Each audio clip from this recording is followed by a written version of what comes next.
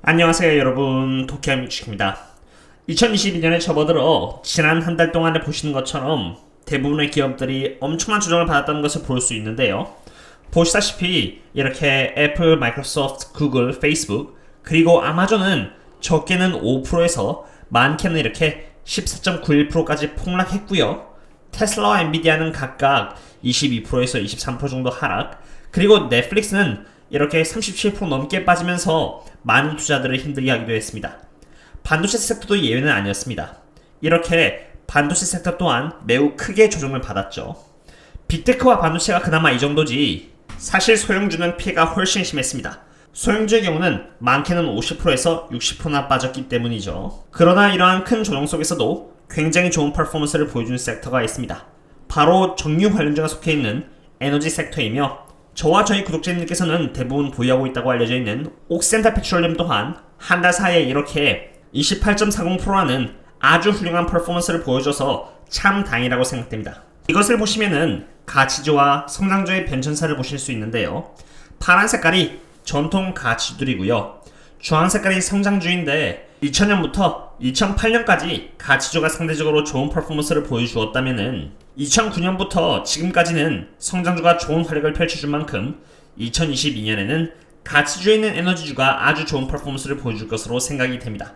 제가 이렇게 생각하는 이유는 크게 두 가지가 있는데요.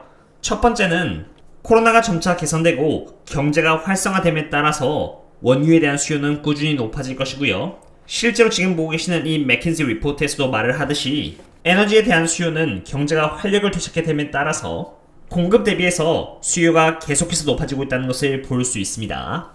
게다가 미국에서는 친환경 정책을 펼치고 있어 원유를 가급적이면 생산하지 못하게끔 하는 정책을 펼치고 있죠. 수요는 높은데 공급이 떨어지니 기름값은 오를 수밖에 없는 것입니다.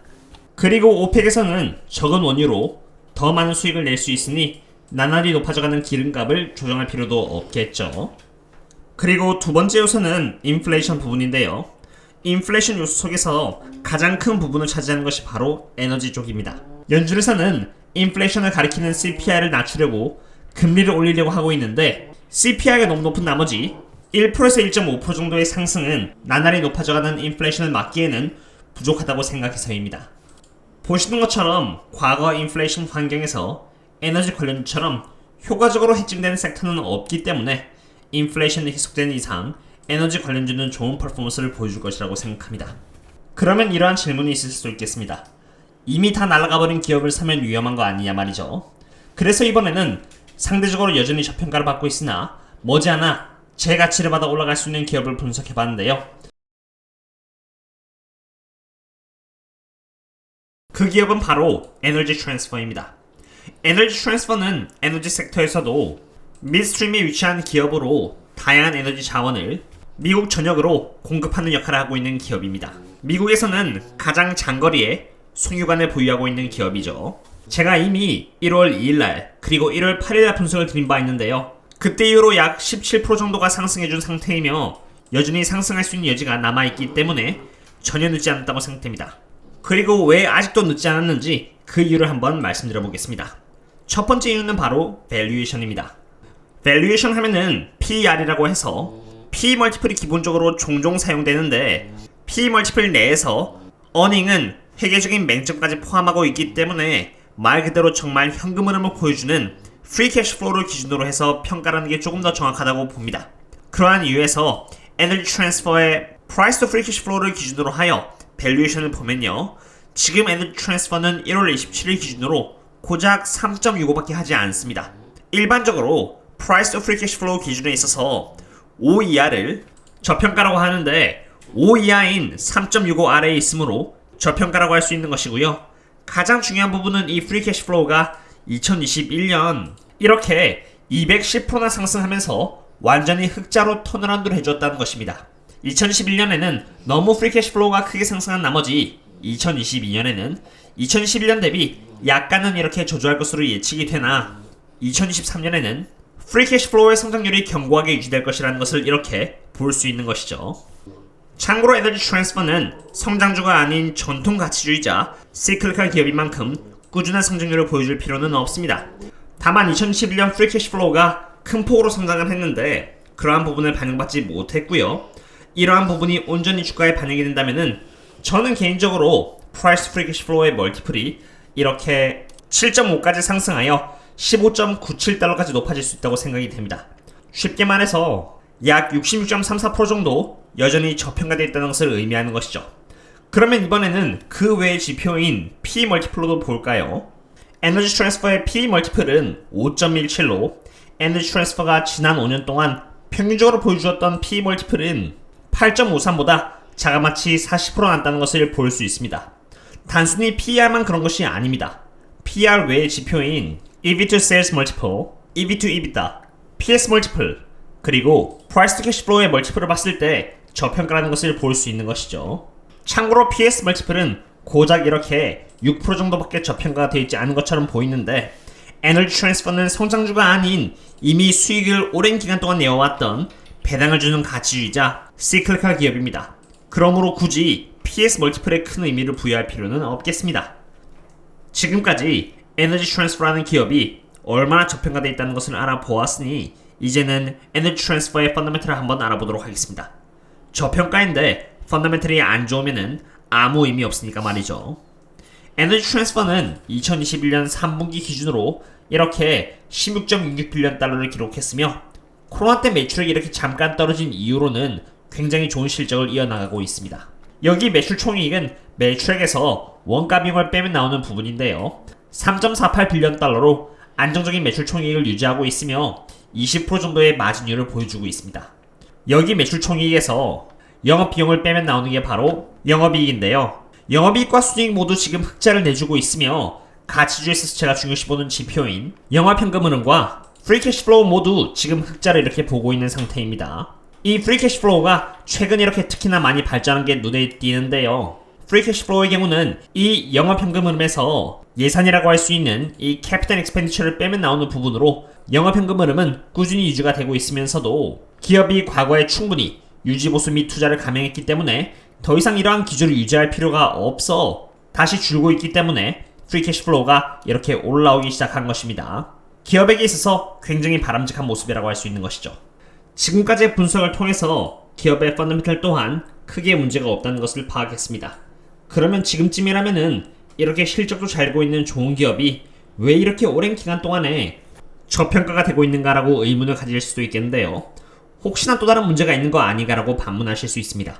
그래서 에너지 트랜스퍼가 갖고 있는 리스크에 대해서 한번 알아보고자 합니다. 먼저 에너지 트랜스퍼는 밸런스 단점을 갖고 있습니다. 그 말인즉슨 높은 부채 비율을 들고 있다는 뜻입니다. 부채 비율을 영어로 하면은 leverage ratio라고 하고 4개의 측정 방법 중에서 debt to EBITDA 방식이 에너지 트랜스퍼에 적용되고 있는데요. 에너지 트랜스퍼는 많은 부채를 갖고 있기 때문에 Fitch 레이팅에서 BBB 레이팅을 받고 있는 상태입니다. 에너지 트랜스퍼의 경영진은 이러한 BBB 레이팅을 개선시키기 위해서 leverage ratio를 4에서 4.5 정도로 목표로 잡았습니다. 경영진은 이러한 목표를 이루기 위해서 장기 부채인 52빌리언 달러에서 6빌리언 달러만큼을 줄였고요. 부채를 줄이기 위해서 과거 대비해서 배당금을 50%나 줄이기도 했었죠. 이러한 노력 끝에 에너지 트랜스퍼는 2021년 기준 12.9빌리언 달러에서 13.3빌리언 달러의 EBITDA를 기록할 예정이라고 발표를 했고요. 지금 약 46빌리언 달러의 장기 부채를 갖고 있고 2021년 한 해 12.9빌리언 달러를 보수적으로 봤을 때 기록할 예정이라고 했으니 레버리지 레이쇼는 3.56으로 애초에 목표했던 4에서 4.5보다 훨씬 좋은 성과를 이룬 셈입니다. 물론 아직 2021년 4분기 실적 발표를 하지 않았으니 어떠한 EBITDA를 기록해주느냐에 따라서 레버리지 레이쇼가 나오긴 하겠지만 한 해 보수적인 EBITDA인 12.9빌리언 달러를 사용해도 3.56이라는 레버리지 레이쇼가 도출되기 때문에 과거에 한때 리스크로 적용되었던 부채는 이제 더 이상 리스크가 아니게 될 수 있다는 것을 알 수 있겠습니다. 이제 그 다음 리스크들인 다코타 액세스 파이프라인에 대해서 짚고 넘어가 보도록 하겠습니다. 다코타 액세스 파이프라인, 줄여서 DAPL은 노스 다코타에서 걸프 코스트까지 원유를 만들어내는 기업들인 예를 들어서 옥시나 엑소모빌, 쉐브론과 같은 오일 생산 기업들을 대상으로 해서 상대적으로 값이 싸고 안전한 길을 위한 파이프라인이라고 이해하시면 됩니다. 사실 이러한 파이프라인은 아무런 문제가 없었습니다.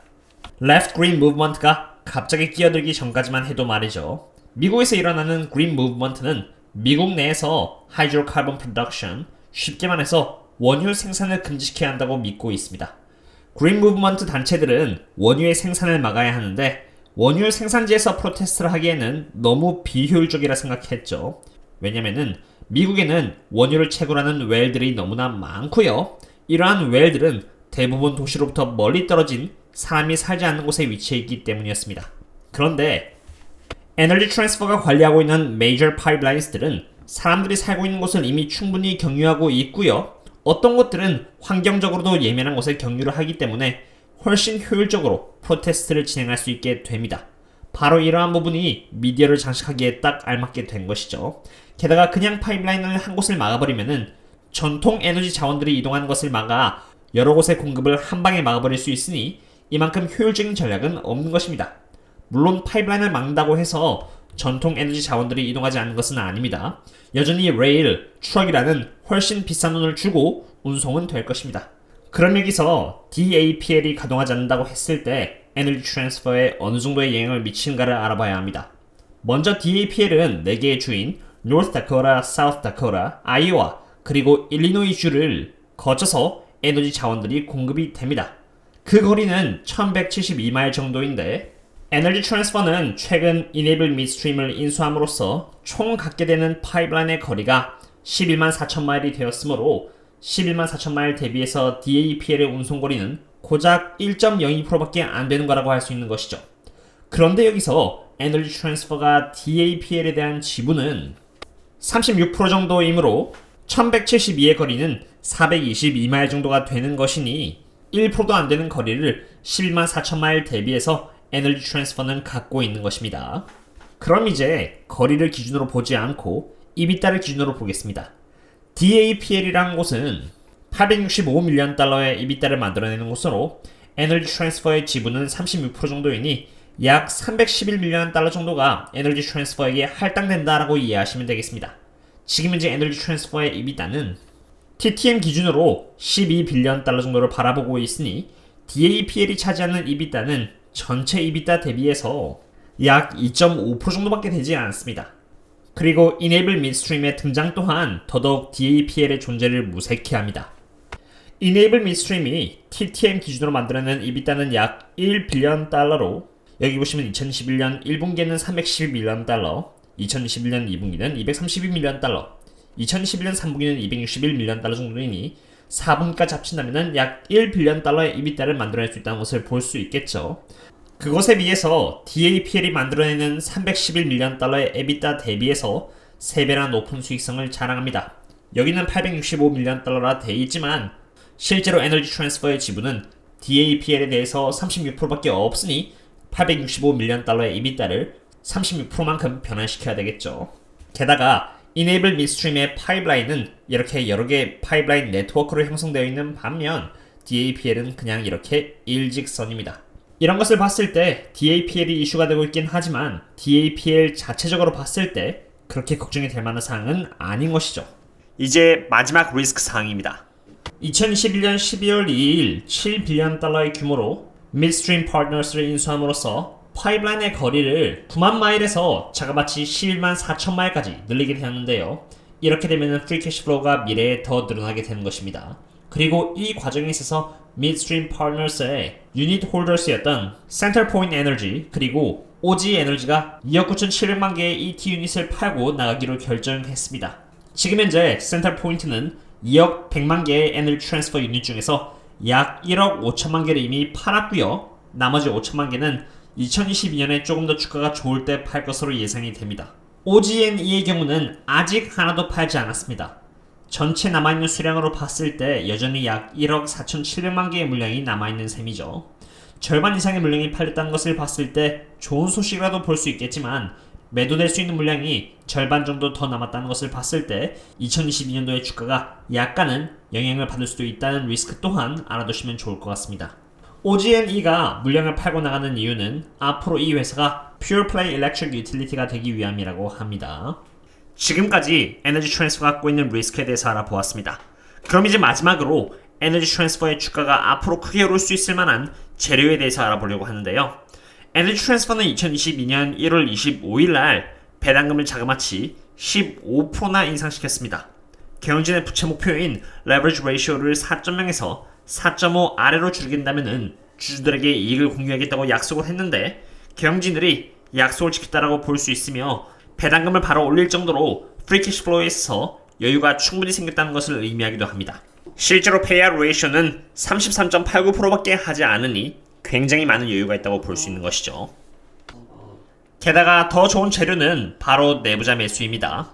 2021년 에너지 트랜스퍼의 경영진인 Executive Chairman, Board of Director, CFO, CEO 그리고 COO 전부 자신들의 사비를 이용해서 회사의 주식을 이만큼이나 사들였는데요. 참고로 에너지 트랜스퍼의 인사이더 오너십 비율은 12% 정도로 경쟁사 S&P 500 그리고 S&P 500 에너지 관련주 대비해서 굉장히 많은 비율을 내부자가 갖고 있다는 것을 볼 수 있습니다.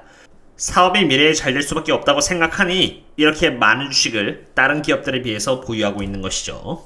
오늘은 다른 날과 다르게 에너지 트랜스퍼에 관련해서 분석을 좀 길게 해보았습니다. 에너지 트랜스퍼가 지금도 여전히 굉장히 저평가이며 게다가 높은 배당금과 인플레이션을 해칭해줄 수 있는 종목이기에 장기 투자하실 수 있는 인내심만 갖고 계시다면 좋은 수익을 얻어가실 수 있으리라 생각합니다. 오늘의 리뷰는 여기까지 하도록 하겠고요. 제 긴 분석을 들어주셔서 진심으로 감사드립니다. 그럼 다음에 또 뵙겠습니다. 새해 복 많이 받으세요.